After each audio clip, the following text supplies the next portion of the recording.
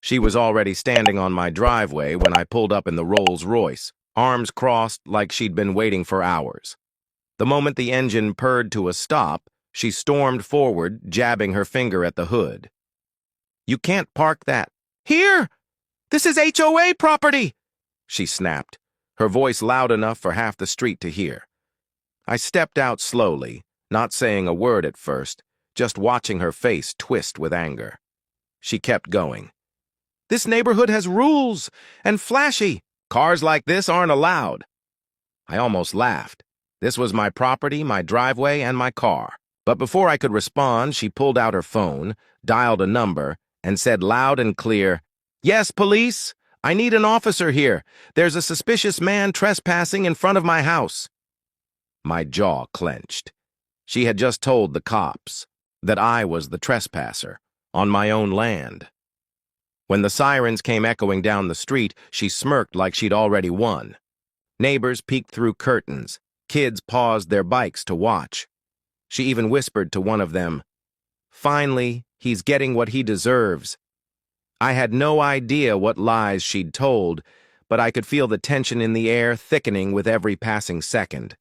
And then, two officers stepped out of the car, one of them looking right at me, hand resting on his holster. "Sir," the officer said, walking closer, "put your hands where I can see them." I froze for a moment, not out of fear, but because I knew something she didn't, something that would turn this entire situation upside down. But first, I let the scene play out, because if she wanted a show, she was about to get one she'd never forget. I slowly raised my hands, feeling every eye in the neighborhood locked on me. Karen crossed her arms tighter, standing right beside the cop like she was part of the arrest.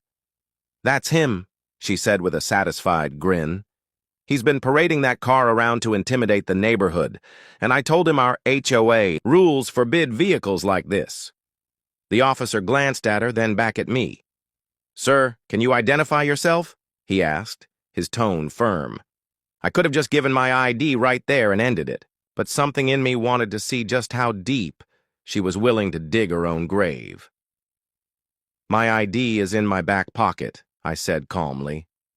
"But before I hand it over, I'd like to hear exactly what I'm being accused of." Karen stepped forward, like she was the star witness in a courtroom drama. "He's trespassing, breaking HOA guidelines, disturbing the peace with that car. Oh, and I believe it's stolen." She said that last word slowly, savoring it like it was the final nail in my coffin. The neighbors gasped. I tilted my head, staring at her. "You believe my car is stolen?" She smiled sweetly. "Well, you don't look like someone who owns a Rolls Royce." That was it. The cop's hand shifted on his belt, and the second officer moved behind me. "Sir, turn around." The cold metal of the cuffs clicked around my wrists. Karen's smirk widened. She thought she had won. But as the officers began leading me toward the patrol car, I looked over my shoulder at her and said, "You're making a mistake. A big one." Because in less than 5 minutes, she'd find out exactly who she had just called the cops on, and the fallout would be something this neighborhood would never forget. Karen actually followed us toward the patrol car like she was escorting me herself, tossing smug little glances at the neighbors. "Finally," she muttered, loud enough for everyone to hear, "the HOA is taking our streets back." The officer opened the back door, but before I stepped in, I looked at him and said, "Check the registration before you drive off." He gave me a sharp look but reached for his radio. Karen laughed under her breath. "Go ahead, officer. I bet it comes back stolen or leased under someone else's name." The radio crackled. "Vehicle registered to my full name, same, as property owner at current location?" The officer froze mid-step. His partner shot him a questioning look. Karen's smile faltered for just a second, but she quickly recovered. "That doesn't prove anything. He still broke HOA rules. He's not even supposed to be here." I turned my head slowly toward her. You mean I'm not supposed to be in my own driveway? On the property I've owned for 12 years? I kept my voice calm, but the shift in the crowd's expression told me they were starting to doubt her. The first officer finally asked, "Ma'am, do you have proof of your claims?" Karen pulled out a crumpled paper from her handbag and shoved it at him. "Right here, official HOA violation notice." He unfolded it, and I could already see the problem. Wrong letterhead, wrong seal, wrong everything. The officer frowned. "This isn't an official HOA document. Where did you get this?" Karen hesitated for the first time, her mouth opening, but no words coming out. I leaned forward slightly, still cuffed, and said, "Maybe you should tell him where you got it. Or should I?" Because I already knew. She'd printed it herself. And that was just the start of the trouble she'd stepped into. Karen's eyes darted around, looking for an escape route, but there was no way out now. The crowd was dead silent, waiting for her answer. The officer stepped closer. "Ma'am, I'll ask you again. Where did you get this notice?" She finally blurted out, It's a draft. The HOA president gave it to me to warn him in advance." Her voice cracked halfway through the sentence. I tilted my head and smiled just enough for her to notice. "Interesting, because I am the HOA president." The collective gasp from the neighbors was almost comical.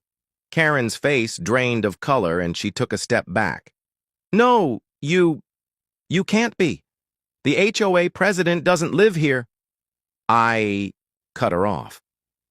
"The HOA president owns this entire street, including the land under your house."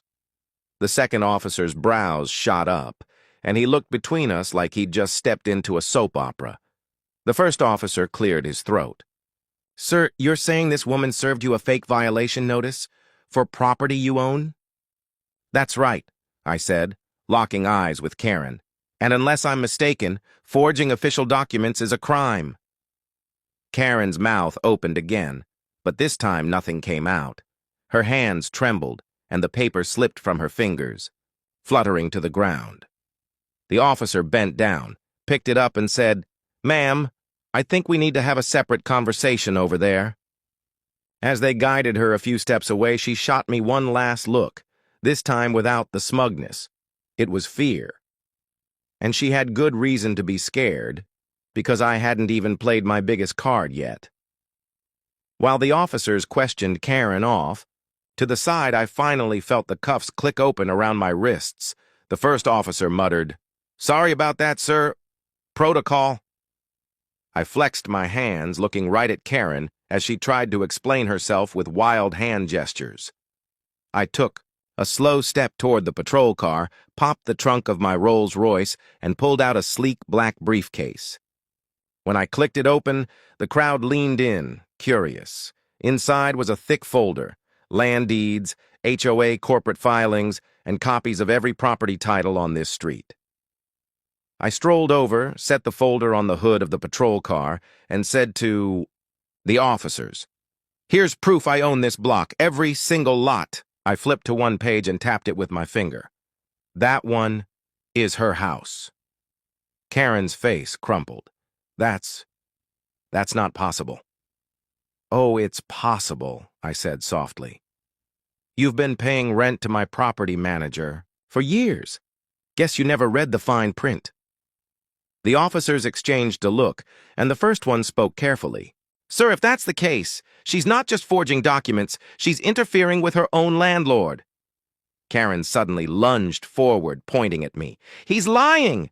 This is some trick! You can't—" But her voice cracked again, and her eyes darted back to the open folder like the truth was burning her from the inside. I closed the briefcase slowly, locking it with a snap. "You wanted me gone, Karen? Careful what you wish for, because I can make that happen in 30 days, legally." Her bravado shattered, and then, right on cue, my phone buzzed, with a call that would take this whole mess to a level she never saw coming. I answered the call without taking my eyes off her. "Yeah, put me on speaker," I said, my voice calm but cutting through the tense air. A deep voice came through the line. "This is Sheriff Daniels. I hear we've got a problem with one of your tenants impersonating HOA authority?" Karen's eyes widened like she'd just seen a ghost. "Sheriff? Wait, you know the sheriff?" I smiled faintly. "Know him? He was my partner back when I was deputy chief." The crowd erupted in whispers. The officers on scene stiffened. Just a little. Suddenly, the entire dynamic had shifted. Sheriff Daniels continued, "If she's forged any official documents, I want her detained until we sort this out. My deputies will be there in 10 minutes. Karen stumbled backward. You set me up," she hissed. "No," I said, stepping closer so only she could hear. "You set yourself up. I just let you dig the hole." One of the officers on scene gently took her by the arm. "Ma'am, you'll need to stay right here." But before they could even move her, a neighbor yelled from across the street. "Hey, is that the same lady who called fake cops on the Thompsons last year?" Another chimed in. "And didn't she break into Miller's garage?" The ripple of murmurs turned into a wave, and Karen's head dropped. The wall of neighborhood opinion was caving in on her. I looked at the officers. "You might want to check her history. I have security footage if you need it." Karen glared at me, but it was hollow now. She knew this wasn't just about today anymore. This was about every stunt she'd ever pulled, and this time, she wasn't walking away clean.